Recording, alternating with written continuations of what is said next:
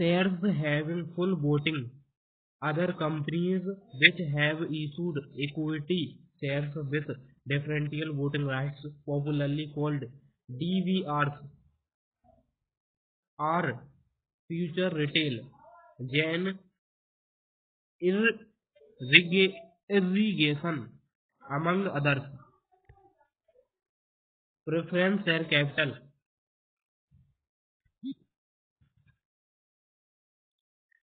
Preference share capital. However, this act shall not affect the rights of the preference shareholders who are entitled to participate in the proceeds of winding up before the commencement of this act. According to explanation of to section 43, equity share capital with reference to any company limited by shares means all company which is not preference share capital. Preference share capital with reference to any company limited by shares means that part of the issued share capital of the company which carries or would carry a preferential right with respect to payment of dividend. Payment of dividend either has a fixed amount or an amount calculated at a fixed rate which may, which may either be free of or subject to income tax and repayment in the case of a binding up or repayment of capital of the amount of the share capital paid up or deemed to have been paid up, whether or not there is a preferential right to the payment of any fixed premium or premium on any fixed scale specified in the memorandum or articles of the company.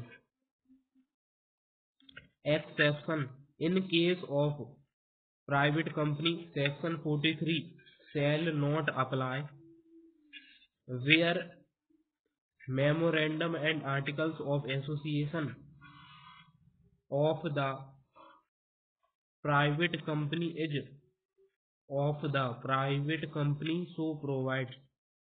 Exception in the case of private company, section 43 shall not apply where memorandum or articles of association of the private company so provides. Memorandum of association. The memorandum of association of company is in fact its charter. It defines its constitution and the scope of the powers of the company with which it has been established under the act. It is the very foundation on which the whole edifice of the company is built. Object of registering a memorandum of association. It contains the object for which the company is formed and therefore identifies the possible scope of its operations beyond which its actions cannot go. It enables shareholders, creditors, and all those who deals with company to know what its powers are and what activities it can engage in. A mem- engaged in. A memorandum is a public document under section 399 of the Companies Act 2013. Consequently, every person entering into a contract with the company is presumed to have the knowledge of the conditions contained therein. The shareholders must know the purposes for which his money can be used by the company and what risks he is taking in making the investment. A company cannot depart from the provisions contained in the memorandum. However, im- however, imperative may be the necessity for the departure. It cannot enter into a contract or engage in any trade or business which is beyond the power confessed confessed on it by the memorandum. If does so, it would be ultra virus the company and it would ultra virus the company and void.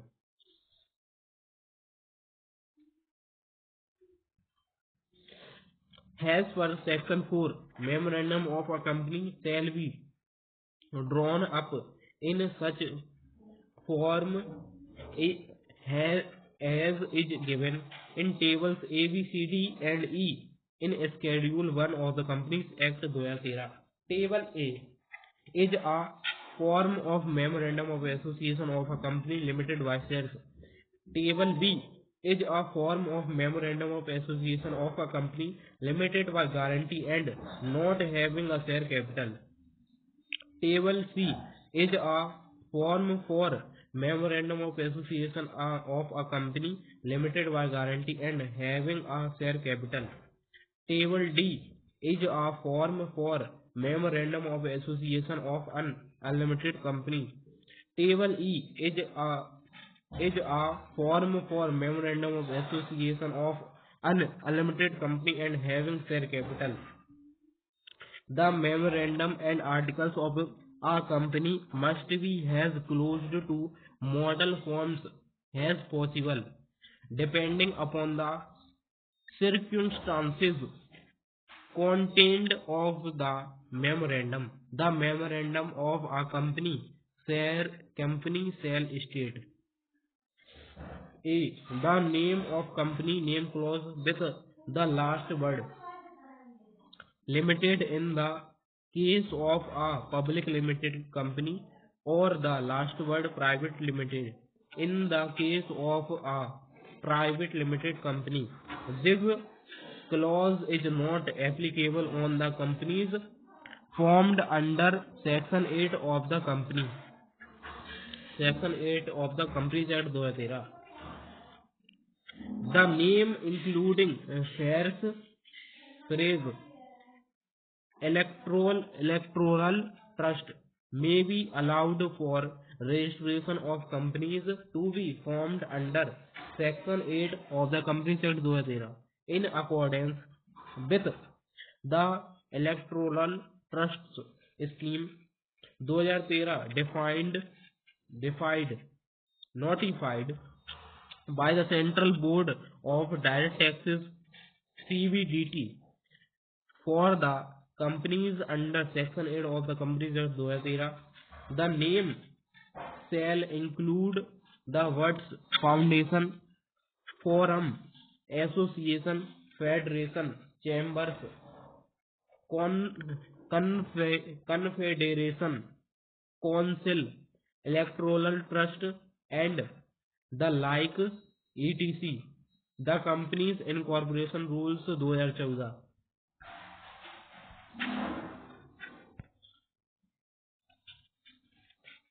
As per MCA notification dated 5th June 2015, a government company's name must end with the word limited. In the case of one person company, the words one person company should be included below its name. B.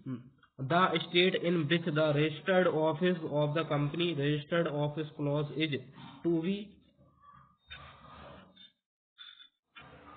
situated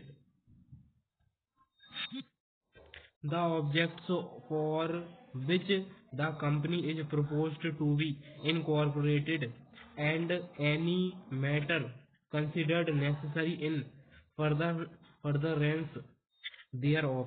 Object clause. If any company has changed its activities which are not reflected in its name, it shall change its name in line with its activities within a period of 6 months from the change of activities after complying with all the provisions as applicable to change of name. D.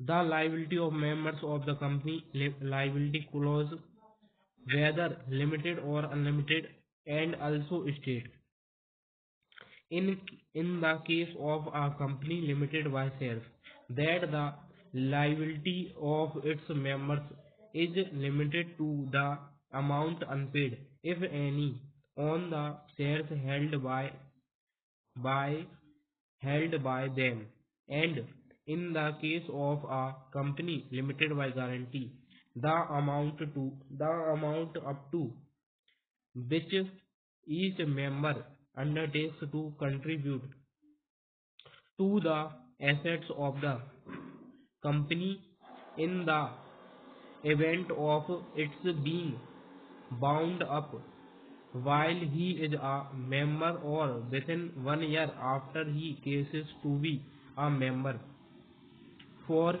payment of the debts and liabilities of the company or of such debts and liabilities as may have been contracted before he ceases to be a member, as the case may be, and to the costs, changes and expenses of winding up and for adjustment of the rights of the contributories among themselves.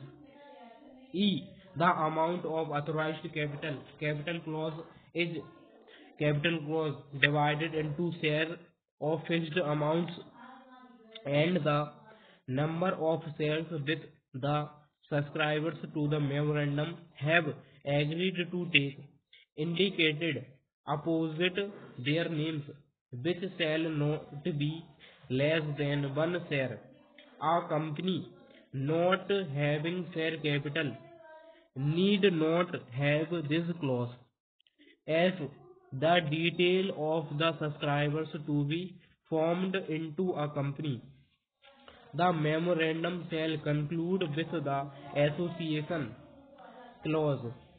Every subscriber to the memorandum shall take at least one share, and shall write against his name the number of shares taken by him.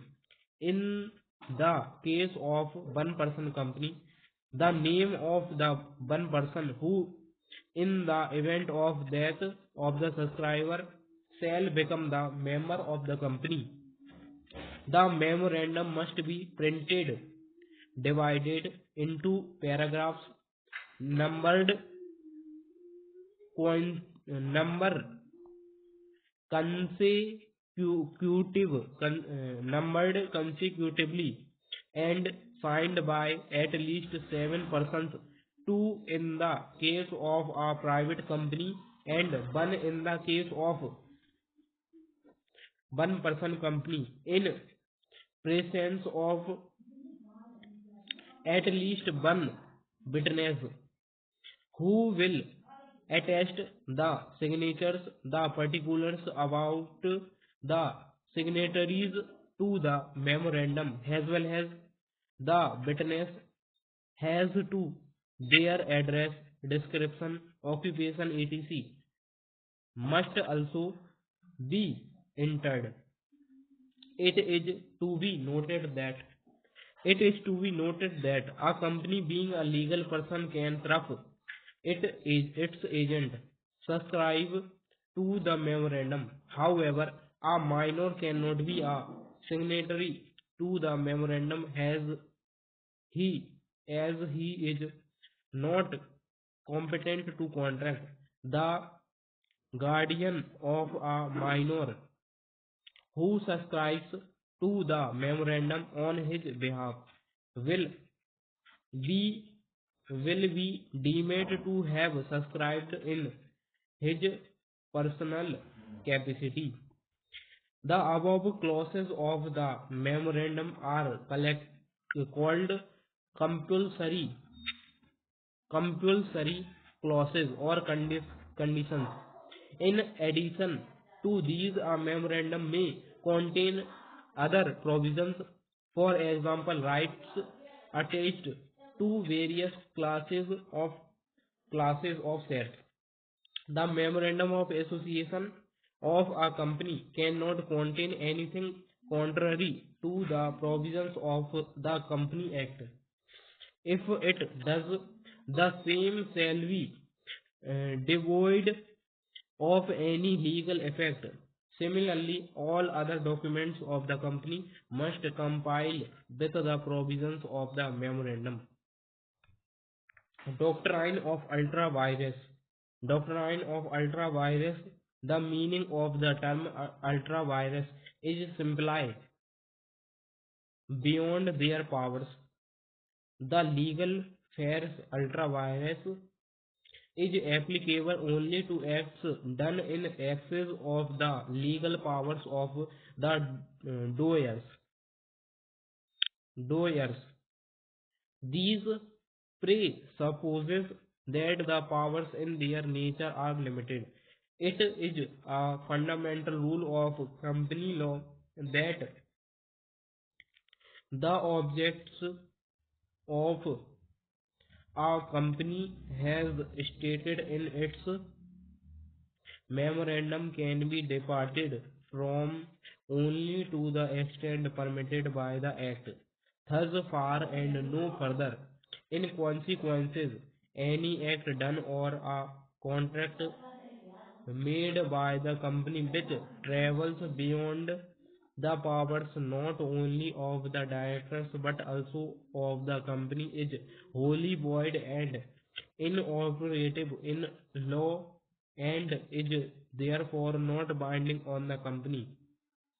On this account, a company can be restrained from employing its fund for purposes other than those sanctioned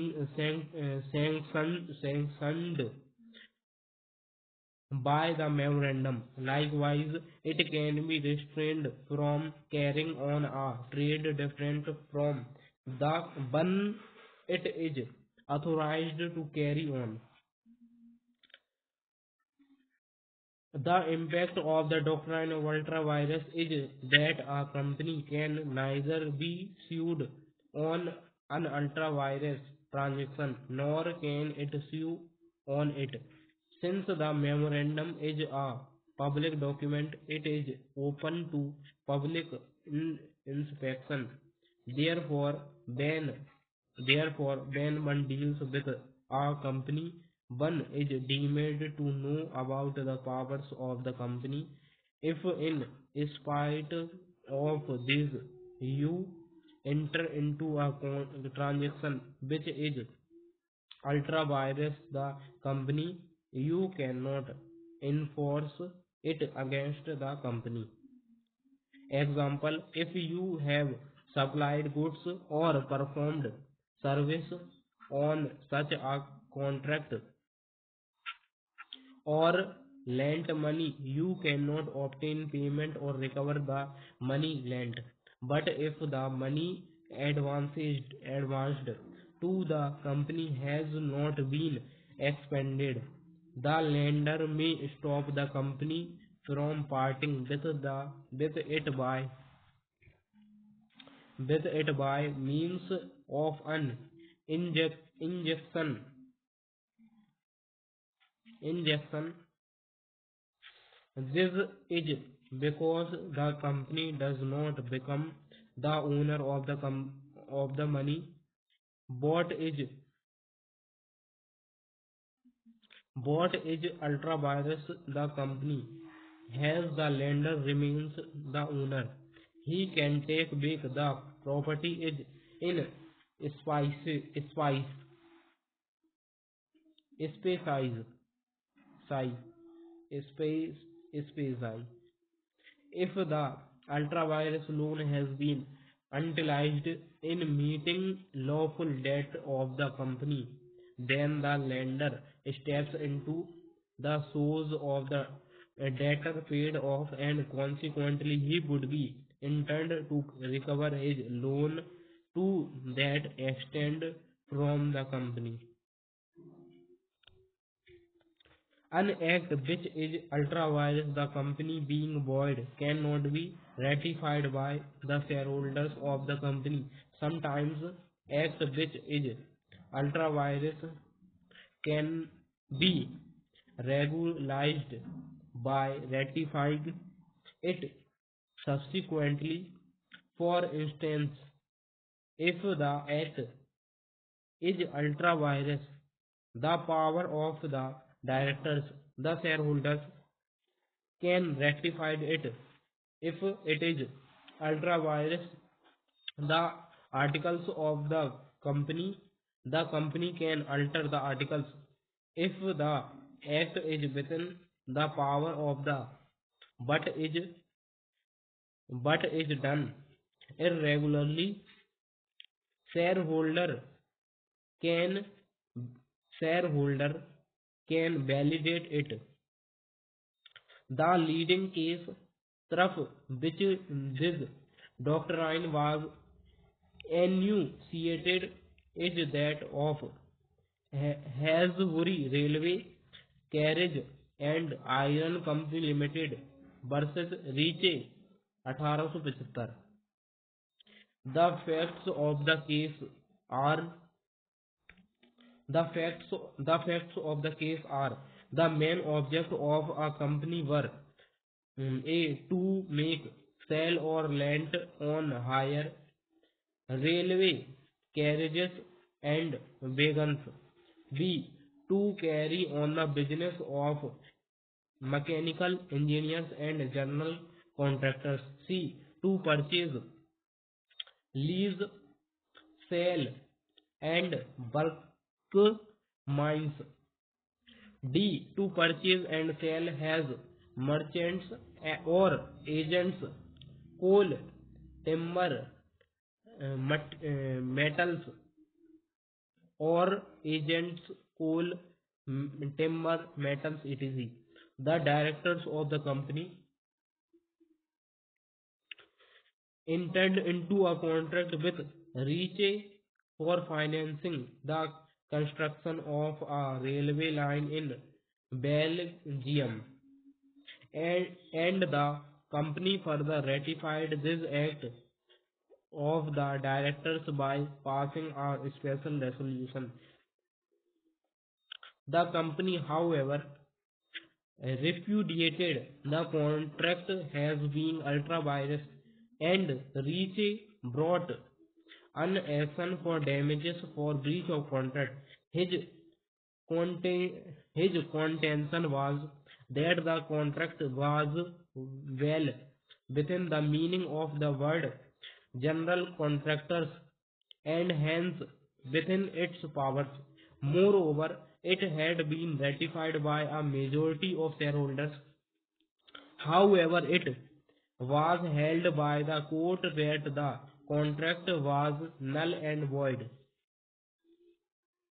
It said that the terms general contractors was associated with mechanism engineers, that is, it had to be read in connection with the company's main business.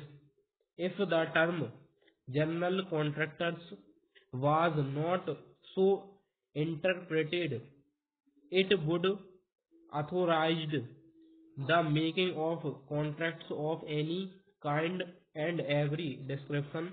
For example, marine and fire insurance. An ultra-virus contract can never be made binding on the company. It cannot be. It cannot become intra-virus by reasons of estoppel, equations, lapse of times, lapse of time, delay or rectification. The whole position regarding the doctrine of ultra-virus can be summed up as when an act is performed which tough legal in itself, it is not authorized by the object clause of the memorandum or by the statute. It is it is said to be ultra virus the company and hence null and void. An act which is ultra virus the company cannot be ratified even by the unanimous consent of all the shareholders. An act which is ultra virus the directors but but intra-virus the company can be ratified by the members of the company through a resolution passed at a general meeting. If an act is ultra-virus the articles, it can be ratified by altering the articles by a special resolution at a general meeting. However, the disadvantages of this doctrine outweigh its main advantage, namely to provide protection to the shareholders and creditors. Although it may be useful to members in restraining the activities of the director, it is only a nuisance insofar as it prevents the company from changing its activities in a direction which is agreed by all. Again, the purpose of doctrine of ultravirus has been defeated as now the object clause can be easily altered by passing just a special resolution of the shareholders. By passing just a special resolution of the shareholders. Articles of the association. The articles of association of a company are its rules and regulations which are framed to manage its internal affairs, just as the memorandum contains the fundamental conditions upon which the company is allowed to be incorporated. So also the articles are the internal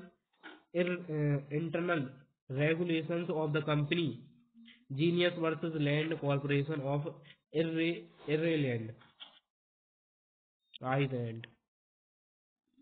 These general functions of the articles have been aptly summed up by Lord Carnage in Hasbury Carriage Co. versus Ritchie as follows. The articles play a part subsidiary to Memorandum of Association. They accept the memorandum as the charter of incorporation, and so accepting it, the articles proceed to define the duties, the rights, and the powers of the governing body has between themselves and the company and the mode and form in which the business of the company is to be carried on, and the mode and form in which changes in the internal regulation of the company may from time to time be made. The document containing the articles of association of a company, the Charta, is a business document. Hence, it has to be construed strictly. It regulates domestic management of a company and creates certain rights and obligations between the members and the company. S.S. Rajkumar versus Perfect S.S. Rajkumar versus Perfect Castings P. Limited. The Articles of Association are in fact the bylaws of the company according to which director and other officers are required to perform perform their functions are regards the management of the company, its accounts and audit.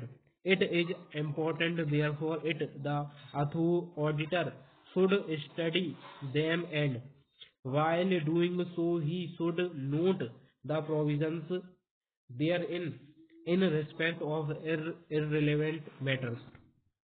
Section 5 of the Companies Act 2013 seeks to provide the contents and model of articles of association. The section lays the following laws: contains regulations. The articles of a company shall contain the regulations for management of the company, in inclusion of matters. The articles shall also contain such matters as are prescribed under the rules. However, a company may also include such additional matters in its articles in its articles as may be considered necessary for its management. Contain provisions for entrenchment. The articles may contain provisions for entrenchment to protect something, to the effect that specified provisions of the articles may be altered only if conditions or procedures as that are more restrictive than those applicable in the case of a special resolution are met or compiled with are are met or compiled with.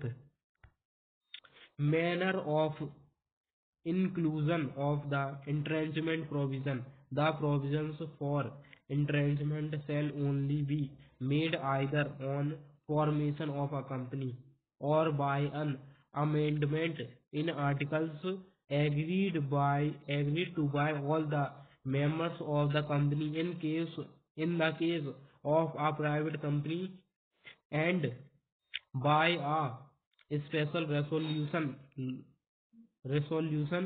the case of a company in the case of a in the case of a public company. Notice to the registrar of the entrenchment provision where the articles contain provisions for entrenchment whether made on formation or by amendment. The company shall give notice to the registrar of such provisions in such form and manner as may be prescribed. Forms of articles.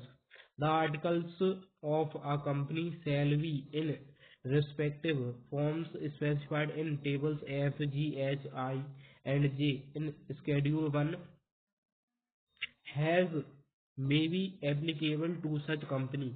Model articles. A company may adopt all or any of the regulations contained in the model articles applicable to such company. Company registered after the commencement of this act The case of any company which is registered after the commencement of this act, in so far as the registered articles of such company do not exclude or modify the regulations contained in the model articles applicable to such company, those regulations such so far as applicable B. The regulations of that company in the same manner and to the extent as if they were contained in the duly registered articles of the company.